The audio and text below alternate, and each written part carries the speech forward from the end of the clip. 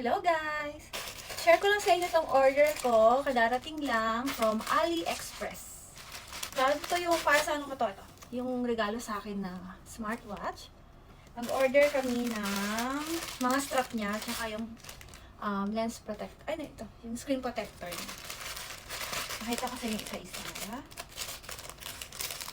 5 item to. Ito yung isa. Silicone protector niya. Para siyang bumper sa gilid niya. Siya. Kulay pink, syempre. Tapos ito yung partner niya na strap.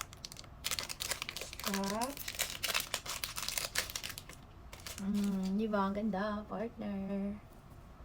Tapos, meron din color black. Para sa, may iba naman, para bagay din sa ibang outfit. Ganun din, silicone. So, dalawang, siya pares. Isang pink.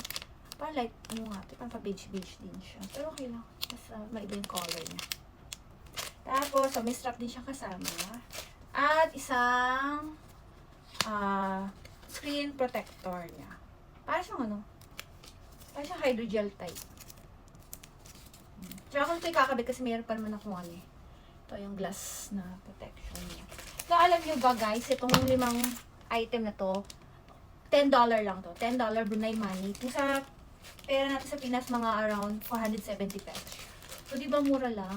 So, yun lang. Nasinare ko lang sa inyo yung dumating kong order from AliExpress. Bye-bye na, King. So, yun lang. Bye!